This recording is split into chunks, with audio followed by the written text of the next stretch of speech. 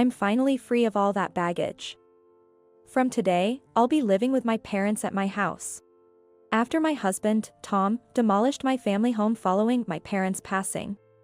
He bluntly said this to me as I stood dumbfounded in front of where my parents' house used to be. What are you talking about? Have you lost your mind too? Hurry up and bring your inheritance to our house. I couldn't help but burst out laughing at his words. I see. That's what this was all about. What? Why are you laughing? Don't you guys know? Know what? Tom and his parents, my in-laws, looked at me quizzically as I laughed. I then revealed the truth to the three of them. My name is Michelle. I was born as the eldest daughter to ordinary office worker parents in Nebraska. I have one brother. A very normal family. I married Tom when I was 29 and we had 2 children. While working, I struggled with raising the kids, and before I knew it, I was already 55. My son, Jason, and daughter, Sarah, both adults now, have become respectable members of society. They live independently and are bravely tackling their new jobs. Now, it's time for a quiet life with my husband. It was a simple life, but it was happy. I thought we would continue to age together like this. My ordinary life changed dramatically one winter day. My father was involved in a traffic accident and suddenly passed away. He was only 72 at the time. Our vibrant father suddenly passed away, leaving our whole family in deep sorrow. Especially my mother, who was so devastated that she couldn't even bring herself to eat for a while. Mom, I know it's hard, but you need to eat. I repeatedly told her this. I know, but I just don't have the appetite. It feels like there's something stuck in my chest. My brother and I thought it was just her emotional state and watched over her for a while. However, she rapidly lost weight in just half a month. Concerned, I took her to the hospital. What? Cancer?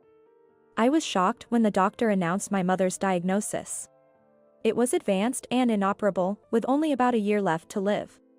I haven't even been able to repay my parents yet. Just as I was coming to terms with my father's absence, now my mother too. I was even more devastated than anyone else by my father's death. However, there was no time to grieve forever. My brother lived far away and couldn't be relied upon. Therefore, it was up to me to assist my mother. I immediately told my husband, Tom, that I wanted to live with my mother. I couldn't leave her alone, both psychologically and physically, in her illness. But Tom's reaction was unexpected. What? We just finished the funeral, and now I still have to be bothered by your parents? Tom said this with a sigh of frustration. Don't talk like that. Why do I have to live with her? Isn't it enough to just pick her up and drop her off at the hospital? I think she's feeling lonely. If it's not possible, maybe I could live at my parents' house alone for a while? I suggested this. Then Tom responded angrily. What? What about my meals while you're gone? I'll come to cook, of course. And who will do the cleaning? The laundry? I was momentarily speechless. I intended to do what I could, but I wouldn't be able to manage everything as before. It hurt to be challenged on this. I couldn't argue if he said that my desire to care for and nurse my mother was selfish. Surely my mother would insist on not troubling me and say everything was fine as it was. But I desperately wanted to show filial piety. Fine, but don't expect me to help with anything. Tom grudgingly agreed.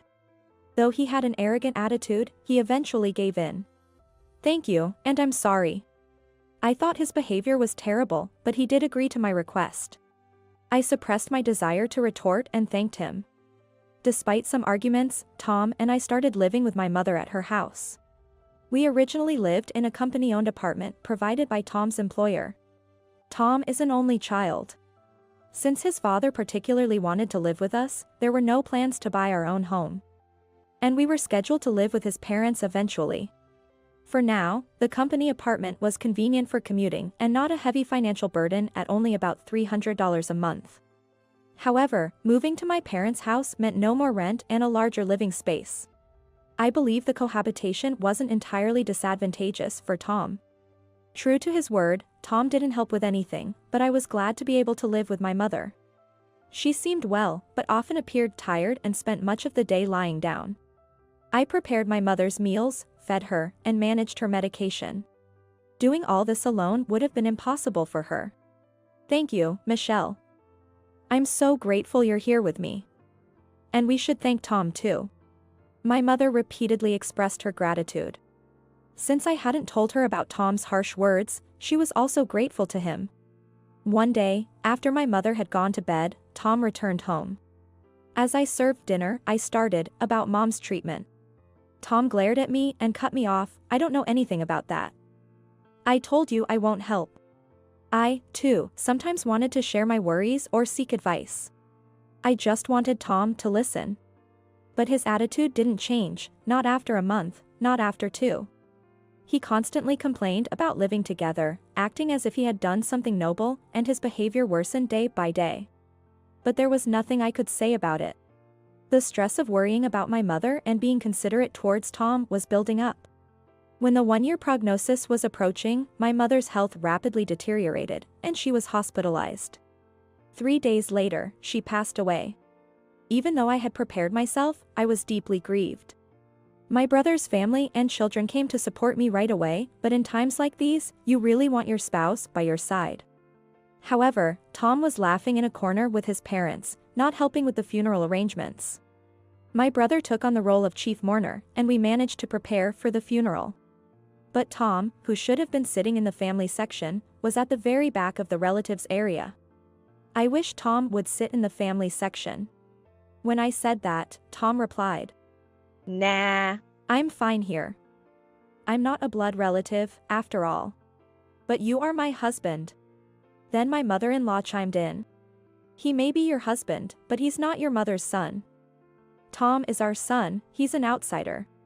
Right. Tom's parents are only us. It's enough if Michelle sits in the family section. Even my in-laws said that, so I kept quiet.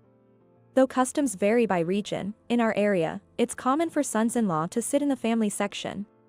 As expected, whispers of "did they divorce?" started circulating among distant relatives because Tom wasn't in the family section. It's one thing for people to gossip, but it all could have been avoided if Tom had just sat there. Despite my slight dissatisfaction with Tom not sitting beside me, we managed to send my mother off peacefully. After the funeral, we returned home with my brother's family, children, Tom, and his parents. "Thank you for coming during this busy time," I said, expressing gratitude to my in-laws and serving them tea. They laughed and said, "Really, first your father passes away, and now your mother. These condolence gifts are really straining us. But at least it's all over now." I was stunned by their words.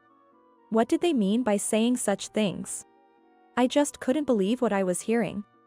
Desperately forcing a smile, I excused myself from the situation. I then overheard Tom talking with his parents. "It must have been hard for you, Tom, living with someone else's family." Yeah. I was really troubled by Michelle's selfishness. A husband shouldn't always give in to his wife. If you don't like something, it's okay to say no. I clenched my fist. Their laughter and conversation were unbearable, but this wasn't new. Tom's parents have always been insensitive and rude. When I was marrying Tom, his mother bluntly said, "Couldn't you find someone prettier? I can't expect good-looking grandchildren." His father joked, "Beauty bores after 3 days. With Michelle, you'll never get bored." Tom laughed, finding it funny. That's how disrespectful this family was. I felt like something inside me had snapped. Looking back, neither my in-laws nor Tom had ever shown concern for me, not during my father's funeral nor after my mother's passing. Instead, they ridiculed me. I felt sorry for imposing cohabitation on Tom, but now I questioned his behavior as a person. I had been too concerned about Tom, wanting only to take care of my mother. There was no need for me to feel so guilty towards Tom, especially when he never stood by me. As my anger simmered, Tom and his parents continued laughing and chatting. If my brother's family or children had heard them, they would have been upset, but fortunately, they were in the kitchen. Tom, his parents, and I were in different rooms, so I was relieved that only I heard the conversation. As I was thinking about this, I heard my mother-in-law's voice again. "Michelle?" "Yes?" I responded reflexively. Can I have this? Approaching me, my mother-in-law held my mother's handbag. Not understanding her meaning, I stuttered. To which she said, "Your mother won't need it anymore, right?" Tom suggested I take it home. She held up the bag, appraising it. It was incredibly rude, especially right after the funeral. I took the bag and said firmly, "No, you can't." Eh? Her eyes flashed with anger. Not so much about being denied the bag, but at me, her daughter-in-law, for defying her. Nevertheless, I stood my ground. We have no plans to deal with my mother's belongings yet. We'll distribute them among family later. My mother-in-law turned red with anger. What do you mean? Am I an outsider? Just now, at the funeral, didn't you say that even Tom was an outsider to my mother? How can you be family if Tom is an outsider? I couldn't help but retort. Hearing this, Tom and my father-in-law also reddened. What are you saying? Apologize to Mom. How disrespectful for a daughter-in-law to say such things. Their commotion drew everyone from the other room. After all the trouble of attending the funeral and cremation, I never thought I'd be called an outsider. Let's go home, Dad. My mother-in-law shouted at me in front of everyone and left our house. Surprisingly, even Tom was angry and left with his parents. What happened? Did you really call your mother-in-law an outsider? Hearing only her side of the story, everyone questioned me. Indeed, taken out of context, it sounded terrible on my part. But I explained the situation to them. No one blamed me. Grandma and Grandpa should be more considerate of others' feelings. It's the same with Dad. That family has always been like that. My children sided with me, but I couldn't bring myself to forgive those three. Tom didn't return for a while after that. I didn't contact him either. I didn't think it was right for me to apologize, and I wasn't sure if I could forgive him even if he did.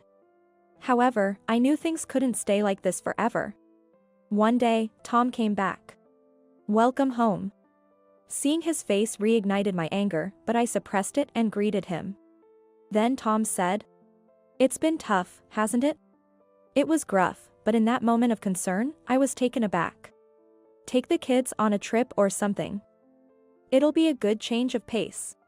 And with that, he handed me travel vouchers. I was speechless. Instead, tears started to well up in my eyes. Perhaps the children had a hand in this. Even so, the fact that Tom responded to their suggestion made me happy. I immediately contacted the children and arranged the travel dates. Huh? Dad did?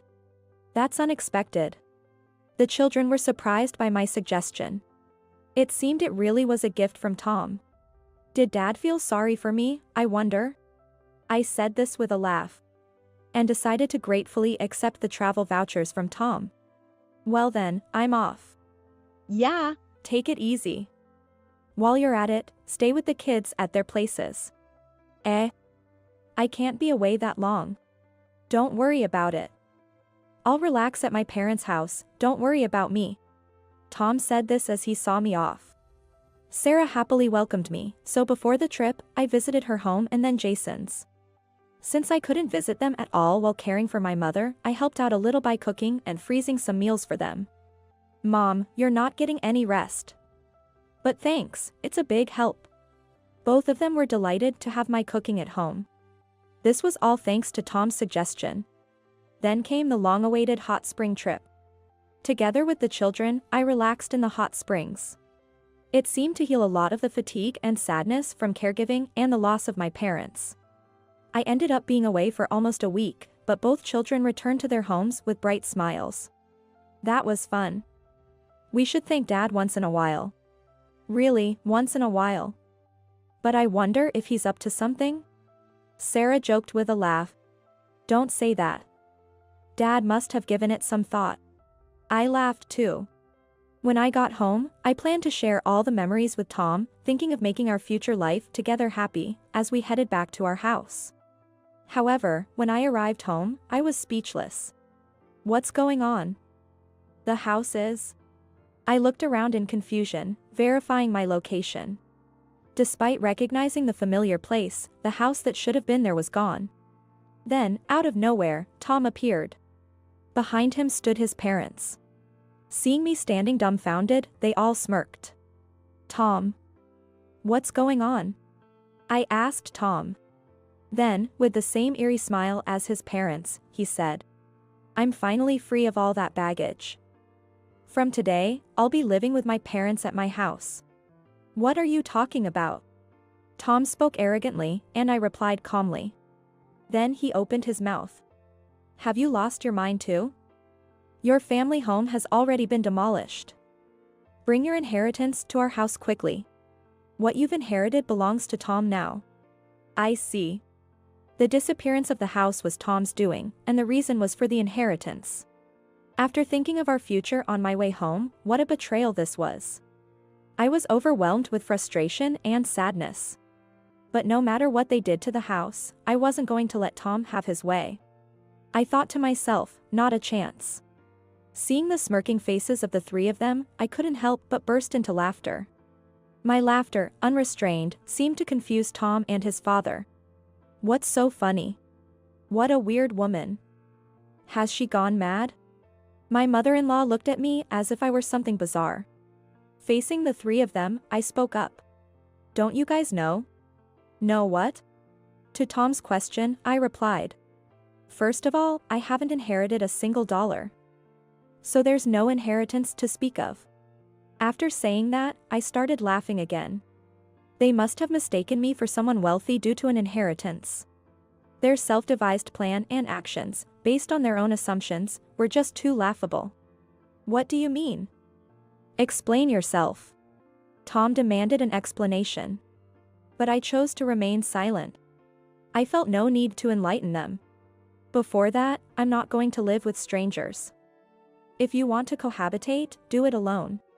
Refusing his initial proposal, my mother-in-law burst into anger. "You helped your own parents with housework, but you can't do ours?" "There were reasons for that, as you well know. I agreed to live together. I told you I didn't need to live together. Have you forgotten you chose to live together because you didn't want to do housework?" Tom and his mother were left speechless by my rebuttal. "And anyway, demolishing my family home without permission. There's a line you just don't cross." I yelled at the three of them right then and there. And then, I left the place. Behind me, Tom's voice yelled, "Where do you think you're going?" But I didn't look back. I had to secure a place to sleep for the night and really didn't want to see Tom's face anymore. I immediately consulted with my lawyer, David. Demolishing a house isn't something that can be done so easily. The house was still in my mother's name. When I wondered which company undertook the demolition, an unbelievable truth came to light. Tom and his father had personally demolished it. His father's acquaintance in the demolition business helped, and they even rented heavy machinery, all well prepared. Moreover, the gift of travel vouchers was just a ploy to get me out of the house. The realization that I had been completely deceived brought me to tears of frustration and embarrassment. "Is there any way to punish the three of them?" I asked David through tears, to which he kindly smiled.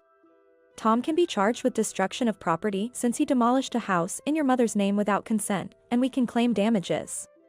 Let's start by getting a proper apology from Tom and his parents." I nodded at his words. David promptly started the necessary procedures. A few days later, Tom called in a fury after receiving the legal notice.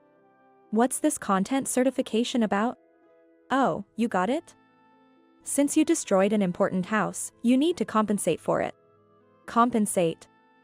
We said we'd move into your family home. We demolished a house that no one was going to live in. Instead of compensation. You should be thanking us. Now bring the inheritance and come back home quickly." Tom arrogantly said that. Destroying it without permission and expecting thanks? Don't make me laugh. And about coming home with an inheritance. How can there be an inheritance when I didn't inherit anything? I shouted back over the phone. Tom didn't say anything in response, just fell silent. It seemed he was taken aback by my yelling, as I rarely raised my voice. The reason I laughed when the house was demolished was precisely this. I had a whole year to spend with my mother. Of course, we talked about the inheritance. That's when I said, "I don't want anything. Give it all to my brother." As a result, my brother inherited all the cash and securities. My brother then said that I could have the house. He lived far away and couldn't manage the property. If I didn't live there, he suggested renting it out. So, I was supposed to inherit the house. Anyway, either you and your father restore the house to its original state, or pay the amount written there. That amount. I'm trying to settle this amicably. Well, if you can't pay, I'll file a criminal complaint and sue you, I said firmly. I'm sorry. I didn't think you'd be this mad. Of course, I'm mad. Tom began to make excuses. He seemed to have thought that if my family home remained, he wouldn't be able to live with his parents. Especially his father, who had always wanted to live with Tom. It seemed that they were fond of Jason and wanted to live with him. Tom rejected this idea because it would make his commute difficult, but his parents thought I was the one opposed to it. So, he destroyed my family home to force me to move in with him and his parents. But how could I forgive him after being told this? So please, let me off. I didn't mean any harm. My dad's remorseful too. If he's remorseful, all the more reason to accept the settlement. I said this and hung up the phone. Tom kept calling and messaging, apologizing. If you're sorry, then transfer the money quickly. I pushed him away. I knew my family home couldn't be restored, but I had no other way to process these unbearable feelings. Later, I stayed at my daughter Sarah's house. This was known to my brother's family and my children. My brother, though angry about the house being destroyed, said, I won't interfere, but I'll help. Do as you wish, Michelle. Everyone condemned Tom's actions and supported me. A month passed without any compensation or damages paid. During that time, there was no contact from Tom. I couldn't keep imposing on Sarah forever.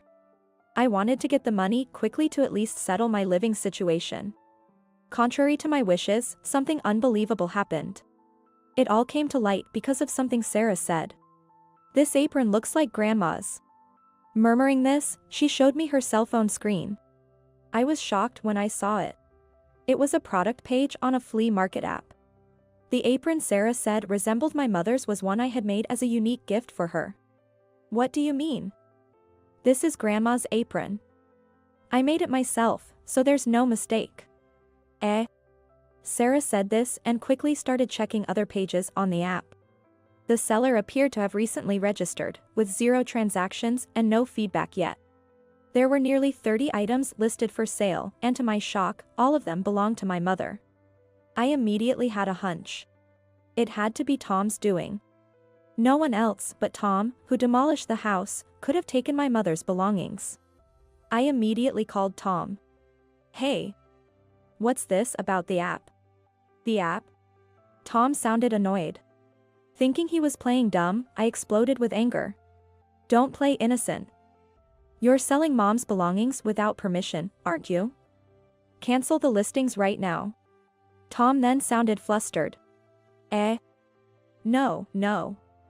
It's not me. Who else would do such a thing? I'm coming over right now to get everything back. I hung up and immediately headed to Tom's house with Sarah. Where are Mom's belongings? As soon as we arrived at Tom's house, I called for him. Then, as Tom came out to greet us, I confronted him right at the entrance. I don't know. Dad. Tell the truth. Sarah joined in, supporting me and pressing Tom. Tom was visibly flustered. As we were talking, Tom's parents noticed us and came out. Oh, Sarah. You're here. Tom's mother smiled pleasantly upon seeing Sarah. Sarah, showing her anger, said to her grandmother. Grandma. Tell Dad to tell the truth. The truth? The belongings of Grandma who passed away recently, Dad seems to be selling them. Hearing Sarah's words, Tom's mother laughed. Tom frowned in confusion, repeating, Really, it's not me. Then his mother exclaimed loudly. Tom's selling them? That's impossible. But. Because it's me who's selling them. Her words made my blood run cold. Tom must have known. He looked at his mother with a face that screamed trouble. Despite Sarah's apparent shock, the mother-in-law seemed cheerfully oblivious. What did you say? It's a bit challenging, you know? I have to package things carefully, take good photos. Seemingly oblivious to the fact that she was selling stolen items, she cheerfully talked about the app. Cancel the listings. Those aren't grandma's to sell as she pleases. Sarah, turning red and teary, pleaded with Tom's mother. But she seemed displeased. What's the big deal? I finally found a hobby I enjoy. I use what I can and sell what I can't. It's good for preventing dementia, isn't it? I'm the only grandma left now, so Sarah, you want me to stay healthy and live long, right? She said this nonchalantly. Despite my pleas, there was no sign of remorse. But if talking doesn't work, I have no choice but to take action. Sarah, let's go home. But just come on.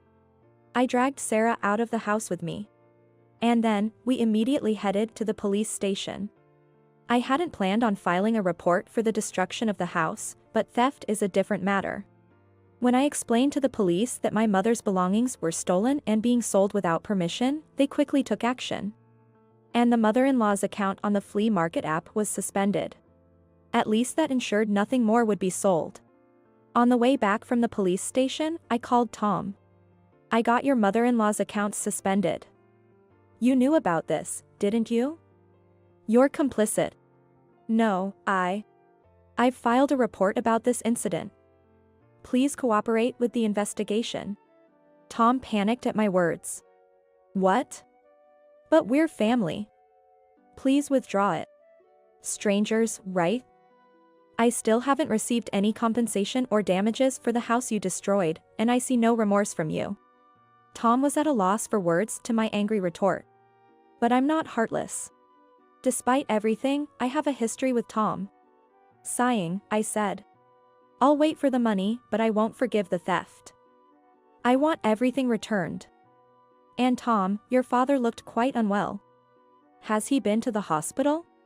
What? I'm not a monster, so I just thought I'd mention that. With those words, I ended the call. I had just seen my father-in-law after a long time.